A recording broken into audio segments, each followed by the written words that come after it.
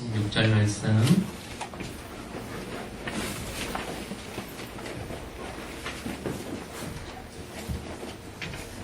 한 절씩 읽도록 합시다.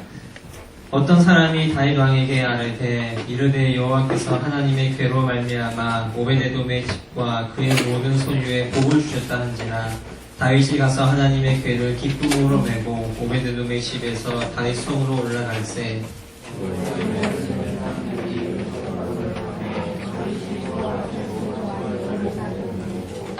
다윗이 여호와 앞에서 힘을 다하여 춤을 추는데 그때에 다윗이 배에 옷을 입었더라.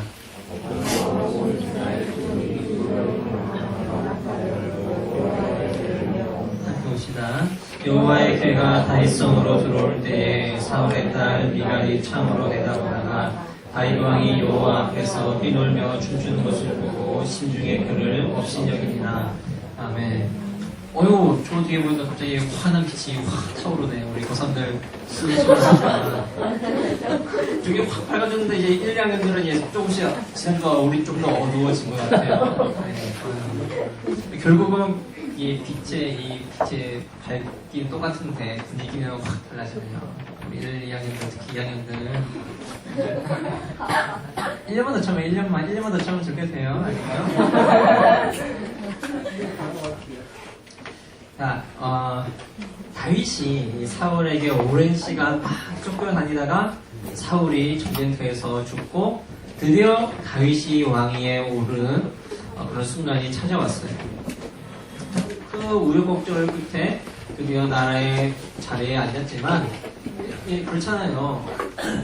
아무리 잘 정비된 나라라고 하더라도 왕이 바뀌면 어수선한데 이 다윗이 왕위에 오르니까 나라 상태는 정말 말이 아니었고 모든 것이 어지러운 상태였어요. 자, 그래서 다윗은 왕이 된 후에 예루살렘을 수도로 정하고 정비를 해 나가는데 그때 가장 처음 한 일이 무엇이었냐면 언약궤를 가져오는 것이었어요. 자, 언약궤. 지금은 이게 정확하게 표현이 안 되지만 보면 순금이에요, 순금. 금관으로 보석으로 장식된 것이 언약궤거든요. 자, 언약궤는 이스라엘에게 상당히 중요한 의미가 있어요. 언약궤라는 것이 하나님의 임재를 상징하는 것이기 때문이에요.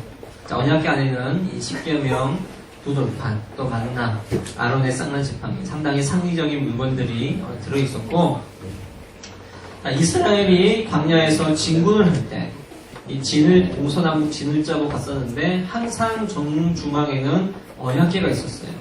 그리고 여러분도 기억하겠지만 요단강을 건널 때에도 언약궤가 항상 앞에 갔었고 여리고성을 뺑뺑뺑 돌 때도 언약궤가 항상 앞에 갔었고 그러니까 아주 중요한 일이 있을 때뿐만 아니라 어떤 상황에서든지 이 언약궤라는 것은 항상 이 이스라엘의 중심에 있는 것, 또 이스라엘을 항상 앞서가는 것. 그러니까 이 하나님께서 중심에 계시고 하나님께서 모든 일에 앞서가신다. 이것을 상징하는 것이기 때문에 상당히 중요한 의미를 가지고 있죠.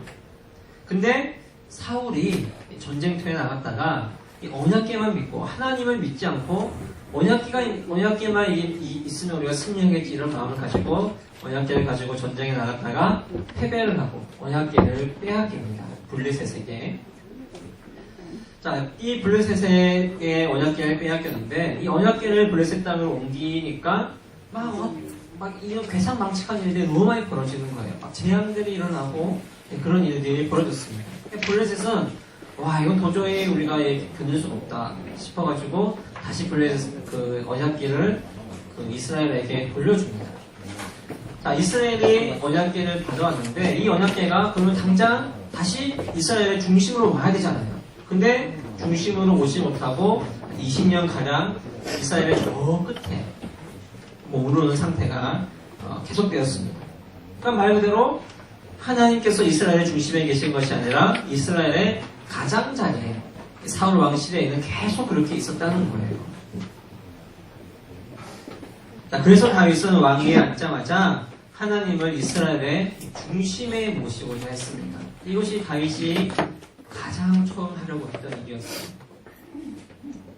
이것이 무엇이냐면 이스라엘의 참된 왕은 자기가 비록 왕이 아니었다 하더라도 이스라엘의 참된 왕은 자기 자신이 아니라 하나님이라는 사실을 인정하고 선포하기 위해서 이 언약궤를 가지고 오려고 한 겁니다. 자, 드디어 언약궤가 출발했어요.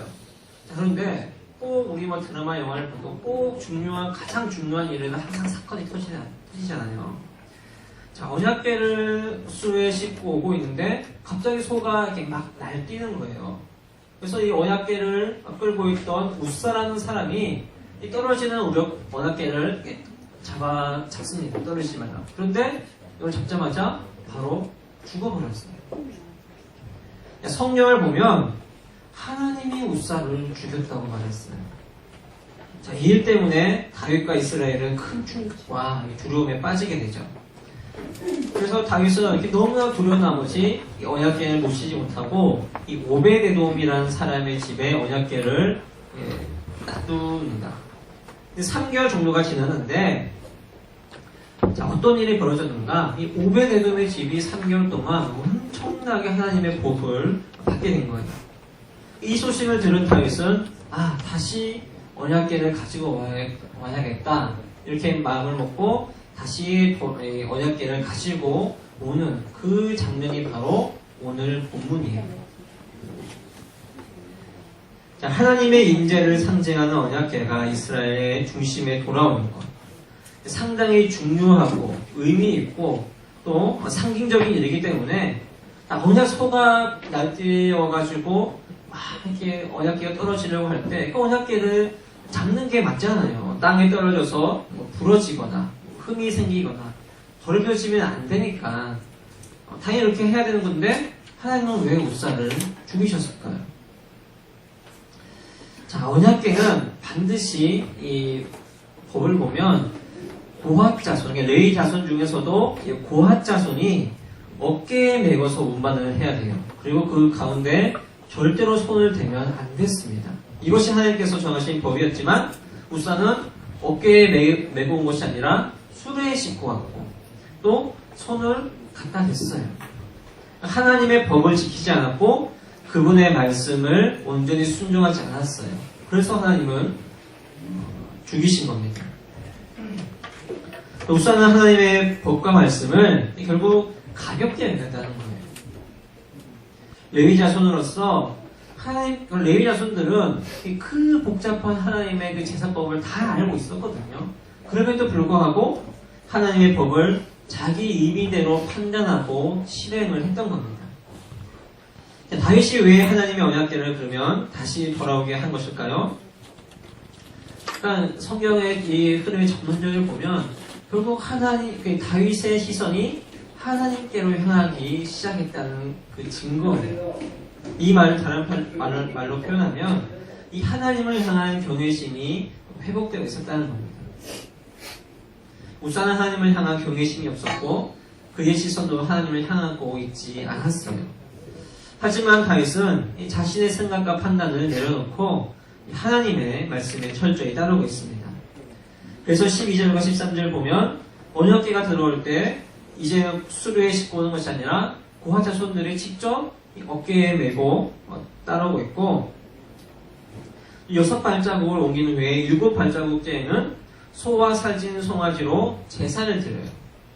이전의 실수를 반복하지 않고 정말 하나님께 온전히 순종하면서 그 말씀에 따르는 그 모습이 바로 다윗의 모습이라는 거죠. 자, 이렇게 했을 때 다윗이 어떤 반응을 보였냐 하면 14절에서 온 힘을 다하여서 춤을 추기 시작합니다. 또 이스라엘 백성들은 환호성을 지르고 나팔을 부르면서 언약궤를 맞이했어요. 우사가 죽었을 때에는 온 이스라엘의 충격과 공포와 두려움이 휩싸여 버렸지만 이제는 정말 하나님의 임재를 통하여서 기쁨이 풀어나가기 시작한 거예요. 자, 오늘 말씀을 통해서 우리는 우리가 드리는 예배에 대해서 생각을 해볼 수가 있습니다. 자, 여러분들이 일주일 동안 드리는 예배, 다른 예배에 오는 사람들도 있지만 대부분 다 이 한 시간 예배 드리는 것이 사실 전부잖아요. 그렇다면 어떤 마음과 자세로 우리가 예배를 드려야 할까요? 일주일에 한 번 있는 예배, 우리의 몸과 마음과 정성을 다하여서 드리는 것이 당연하죠. 이건 더 이상 강조를 할 필요가 없을 정도인 게 맞아요. 자, 그런데 이 예배라는 것은 공예배가 전부가 아니에요. 우리 앞에 로마서 12장 1절 말씀 우리 다 같이 한번 읽어봅시다. 시작. 너희 몸을 하나님이 기뻐하시는 거룩한 산 제사로 드리라. 이는 너희의 드릴 영적 예배니라. 여러분들이 이 말씀을 한 번씩 들어봤을 것인데 이 말씀이 궁극적으로 말하고자 하는 바가 무엇일까요? 이 말씀은 우리의 일상에서 나의 시선을 어디에 두어야 하는지를 보여주는 말씀이에요. 자, 우리의 관심과 시간과 노력이 과연 어디를 향해 있느냐는 겁니다. 일주일에 한 번 드리는 공예배가 예배의 전부인 것이 아니라 우리의 몸, 즉 매일의 삶을 하나님께 드리는 그런 예배의 삶을 살아야 한다는 말이에요. 다른 것에서 우리의 기쁨과 만족을 찾는 것이 아니라 주님을 내 삶의 중심에 두고 나의 모든 시선을 하나님께 드릴 때에 그것이 바로 예배라는 거예요. 이것을 명확하게 보여주는 것이 바로 언약궤가 들어왔을 때의 다윗과 미갈의 반응입니다. 다윗은 언약궤가 들어올 때 그 기쁨을 주체하지 못하고 막 춤추고 막 뛰놀았잖아요. 그저께 이제 수능이 끝나고 런 집회를 우리 몇 명과 함께 갔어요. 근데 그때 이제 어느 두 사람이 기뻐 뛰는 모습을 제가 봤습니다. 뭔지 잘 모르겠어요. 수능을 친 모 제육군과 모 회의수 양인 것 같은데 정확하게 모르겠어요. 묶여있던 족쇄가 풀린 것처럼 막 뛰면서 예배 때도 뛰더니 막 차에 집에 갈 때도 막 이러면서 막 뛰어가는 거예요. 그걸 모습을 보고 있던 이 정회원 가입분이 수능 친 기분이 저런 거구나. 수능 치면 이렇게 사람이 살짝 그 뉘앙스가 살짝 사람이 이렇게 본 것 같아요. 이렇게 수능을 치고도 누군지 잘 다 모르겠죠? 저도 정확히 모르겠어요. 아무튼 아마 다윗은 어쩌면 얘들아 좀 미안해. 목사님 거 설교하다가 한 번은 좀 웃겨야지. 자, 그래서 근데 다윗은 그 수능을 친 그 기쁨보다 더 기쁘게 뛰면서 춤을 추고 있었던 거예요. 자, 그런데 모든 백성들이 다 기뻐서 막 나팔을 불고 춤추고 막 환호성을 지르고 있는데 딱 한 사람 그 모습을 못마땅해 하는 사람이 있었습니다. 바로 다윗의 아내인 미갈이었어요. 16절을 보면 심지어 이 미갈은 다윗을 업신여겼다고 말합니다. 자, 이때 당시에 남편은 이 아내의 머리 같은 절대적인 존재이기 때문에 업신여겼다는 그런 뉘앙스가 막 풍겨지면 바로 아내를 쫓아낼 수 있는 그것이 바로 이스라엘의 사회였어요. 만약 이런 일이 벌어졌으면 정말 쫓겨나도 아무런 일이 없었습니다. 우리 남편분들 약간 살짝 좋은데 이런 생각이 들 수도 있겠지만 그런데 미갈은 다윗을 마음으로 없애졌다고 했거든요. 처음에는. 근데 다윗이 집으로 돌아오고 난 다음에는 다윗이 자신의 몸을 다 드러낸 것 같은 염치 없는 일을 했다고 이렇게 말로도 없이는 여깁니다. 다윗은 하나님께서 이스라엘의 중심에 오신 것을 기쁨으로 맞이하셨는데 왜 미갈은 이런 다윗을 업신여긴 것일까요? 자, 미갈이 누구예요? 미갈은 사울의 딸이에요. 사울의 딸. 이 말은 미갈은 태어날 때부터 공주였고 공주가 항상 문제네요. 그리고 이 왕가의 채통을 지키며 자랐다는 뜻이에요. 그러니까 공주 그 왕가에서 공주로 막 이렇게 품위와 채통을 지키면서 막 이렇게 지내다 보니까 이 왕의 그 채통이라는 것이 항상 몸에 배어 있었다는 거예요. 원래 미갈은 다윗의 부인이 될 뻔했지만 이 다윗이 골리앗을 이기고 명성을 얻게 되자 사울이 그것이 싫어서 다른 사람에게 시집을 보내버렸거든요.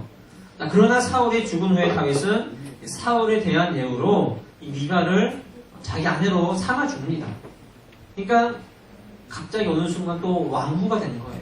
평생을, 거의 대부분의 평생을 왕으로서, 왕과 같은 자로서 살게 된 것이죠.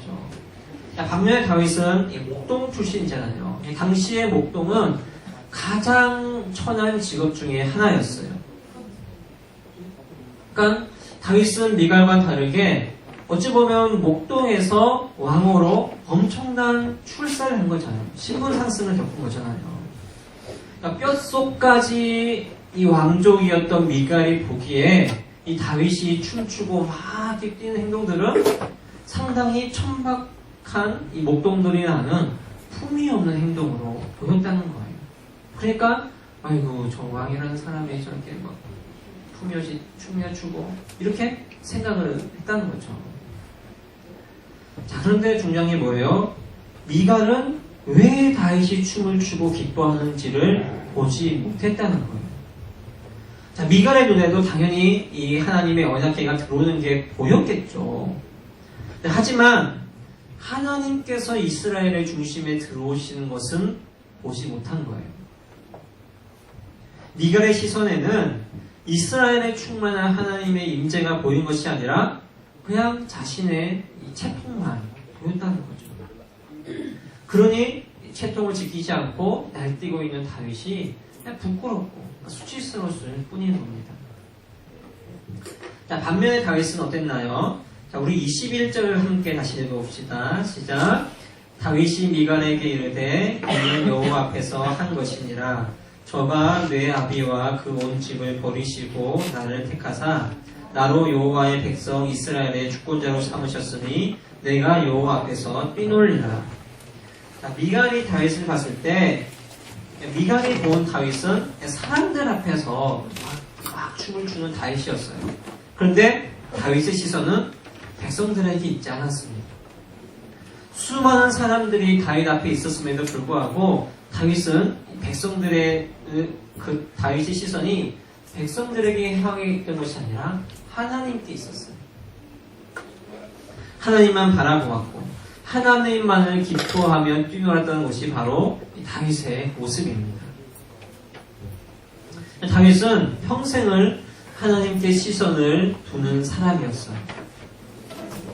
다윗의 시선과 이 왕으로서의 채통보다 자신 앞에 계신 하나님을 먼저 볼 줄 아는 그 사람이 바로 다윗 왕이었습니다.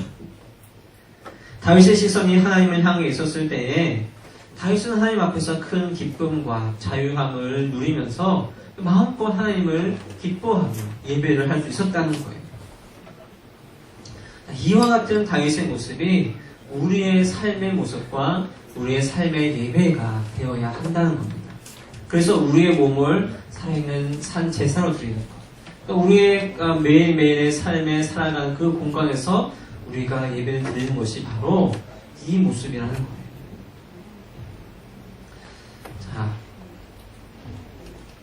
그리스도인들이 찬양을 할 때 왜 박수를 치고 손을 들고 또 눈물을 띠고 흘리고 또 뛰기도 하는 건가요? 세상 사람들이 보면 이런 모습을 보면 사실 좀 미친 거잖아요. 사람들이 미친 것 같고 좀 정신 나간 행동으로 보일 수가 있어요. 맞잖아요. 근데 하나님을 향한 시선이 없으면 쉽게 이해가 되지 않는 것이 바로 예배입니다. 우리는 다윗의 이런 모습이 너무나도 부럽기도 하고 멋져 보이기도 하고 나도 다윗처럼 주님 앞에서 마음껏 뛰고 싶다는 그런 마음이 생길 수도 있어요. 저도 그래서 다윗을 참 좋아하거든요. 다윗의 특히 예배자로서 이 예배자로서의 다윗은 너무나도 멋지고 아름다운 모습이에요. 저도 다윗처럼 성령께서 주시는 자유함으로 항상 자유롭게 기쁨으로 예배하는 것이 항상 마음의 소망으로 남아있어요. 매주 드리는 우리의 예배가 이 수련회처럼 정말 뜨겁고 막 열기가 넘쳤으면 하는 그런 바람도 항상 가지고 있습니다. 우리가 이것을 좀 생각할 필요가 있어요. 사람마다 각자의 기질과 스타일이라는 것이 있잖아요. 자신만의 표현 방법은 모두 다 다릅니다. 자, 이런 스타일이라는 것은 옳고 그름이라는 게 없기 때문에 분명히 사람마다 가지고 있는 것을 존중해 줘야 돼요. 어떤 사람들은 마음껏 뛰면서 박수 치면서 막 뛰노는 것이 정말 자기의 어떤 마음을 표현하는 것이라면, 어떤 사람에게는 살짝 흔들면서 박수 하나 치는 거, 이것도 엄청난 용기를 필요로 하는 사람들도 있어요. 그래서 이 박수 한번 치는 것도 나는 너무 기쁘다 해서 이렇게 표정으로 이렇게 쳐도 그 사람 너무 기쁜 사람이 있을 수도 있잖아요. 또 이렇게 수련회라든가 딴 데 가서 기도만 하면 어떻게 눈물이 흐르고 막 이런 사람들이 있는가 하면, 어떤 사람들은 기도 제목 하나하나를 구체적으로 말로 고백하면서 하나님과 대화하는 사람들도 분명히 있어요. 나의 기준을 가지고 이 다른 사람들의 예배를 드리는 모습을 절대로 판단해서는 안 돼요. 왜 저 사람은 저러지? 왜 저 사람은 이렇게 하지? 그것은 잘못된 일이에요. 다만 정말 그 사람의 시선이 하나님을 향해 있는가, 그 사람의 중심이 하나님을 향한 그 예배의 마음으로 나아가고 있는가, 이것을 우리가 봐야 한다는 거죠. 나의 시선을 주님께 두고서 자유함과 기쁨과 은혜대로 하나님께 예배하는 것, 이것이 바로 중심이 되어야 한다는 겁니다. 왕으로서 백성들 앞에 선 것이 아니라 어린아이가 이 아버지 앞에 선 것처럼, 제 애도 아직까지 막 재롱을 떨 때는 아니지만 그래도 좀 막 유도를 하면 막 재롱을 떨거든요. 근데 걔가 부끄러워하면서도 이렇게 해요. 그것처럼 우리도 하나님 앞에서 또 부끄러움 없이 하나님의 자녀로서 기쁨과 자유함으로 하나님께 예배로 나가는 것이 바로 우리 예배의 모습이 되어야 한다는 겁니다. 하나님을 향한 시선, 믿음의 눈, 말씀을 향한 이 순종의 눈이 열려있을 때에 온 우주의 주인이시고 찬양받기 합당하신 하나님은 우리의 예배를 기뻐 받으시고 또 나의 것으로 다른 것을 베풀 수 있게 되고, 나로 인해서 주님의 사랑과 은혜가 흘러나갈 수 있게 됩니다. 나의 모든 시선을 주님께 드리면서 정말 우리의 삶에서 이 예배뿐만 아니라 우리가 삶에서 드리는 모든 예배가 정말 다윗과 같은 이런 예배를 드렸으면 좋겠어요. 주님께서 주시는 참된 기쁨과 만족을 누리는 공부가 되고, 또 매일 삶에서 하나님을 깊이 누리면서 예배의 감격을 누릴 줄 아는 우리의 모든 삶의 예배가 되기를 주님의 이름으로 간절히 소망합니다. 우리 함께 찬양하고 기도드리도록 할게요. 우리 시선 함께 찬양하도록 합시다. 정말 우리가 다윗이 하나님의 그 언약궤를 그 마음의 중심에 모실 때, 좀 하나님께 시선을 돌릴 때에 다시 한번 이 이스라엘의 중심에 하나님이 임재할 수 있었습니다. 그리고 다윗은 정말 위대한 왕으로서 이스라엘에 통치할 수가 있었어요. 우리가 정말 시선을 하나님께 드릴 때, 우리의 삶의 예배에서도 우리의 모든 시선을 하나님께 올려드릴 때에 정말 내 삶이 변하게 되는 거예요. 이 힘들고 어려운 삶이 기쁨으로, 감사로, 만족으로 바뀌는 것을 경험하게 될 것입니다. 우리 다시 한번 주님께 우리의 시선을 드리기를 소망하면서 함께 찬양을 드리도록 합시다.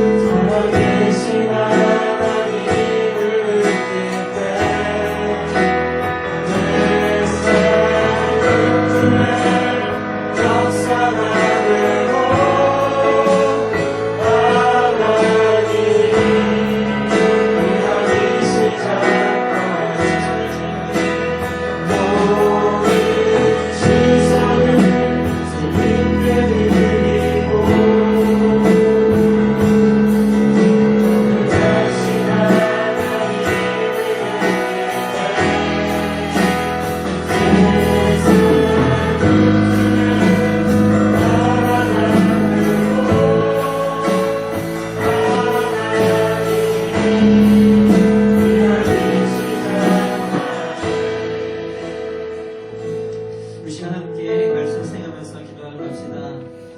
정말 다윗이 모든 시선을 하나님께 둘 때에 자신의 마음을 하나님께 둘 때에 다른 사람들이 보인 것이 아니라 자기를 조롱하고 다른 사람들의 그 시선을 느낀 것이 아니라 정말 하나님만을 바라보고 자유함으로 기뻐함으로 예배를 드릴 수가 있었습니다.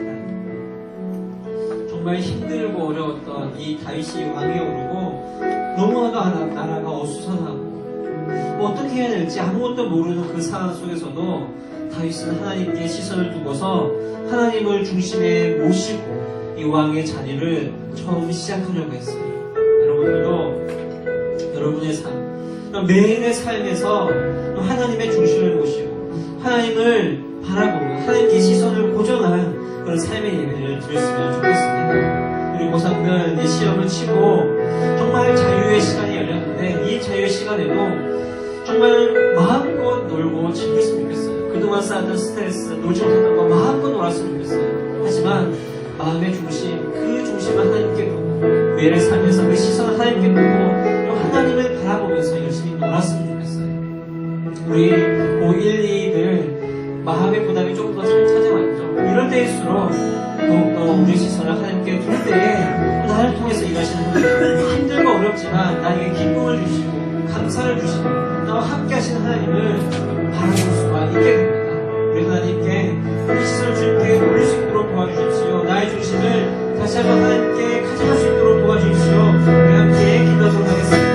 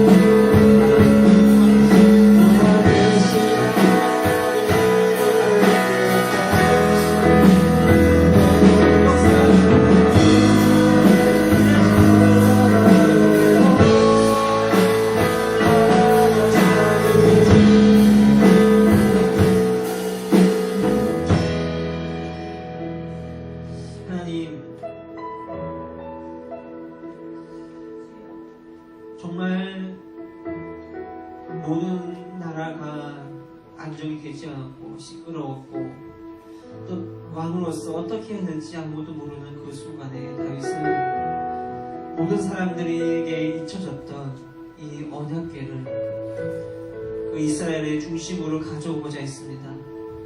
하나님을 향한 그 중심, 이스라엘의 중심이 하나님이시라는 것을 바라보았습니다. 자기의 시선을 하나님께 두고 나아가고자 했던 것이 바로 다윗입니다. 하나님, 우리의 삶도 우리의 모든 삶에서도 다윗처럼 중심에 하나님을 모실 수 있도록 도와주시고 하나님만을 바라보며 하나님께 모든 시선을 드리며 나아가는 우리가 될 수 있도록 도와주시옵소서. 힘들고 지치고 어렵고 그 어떤 상황에서든지 하나님을 향한 시선을 놓지 않고 하나님께 주시는 그 자유함으로 기뻐함으로 그 만족함으로 우리가 살아갈 수 있도록 도와주시옵소서. 하나님 이 시선을 둘 때에 다른 사람들이 보이는 것이 아니라 오직 하나님만을 보게 되었고 하나님을 기뻐할 수 있게 되었고 매일의 삶에서 하나님과 함께하는 그 삶을 다윗이 시작할 수 있었습니다. 우리에게도 동일한 은혜를 허락하여 주시옵시고 우리가 우리 중심에 하나님만을 모시고 다른 어떤 것에 우리의 시선을 빼앗긴 것이 아니라 하나님만을 바라봄으로써 우리가 이 모든 시간들을 이겨나갈 수 있도록 도와주시고 주님을 바라보면서 함께 기뻐하는 삶의 예배를 드릴 수 있도록 인도하여 주시옵소서. 예수님 이름으로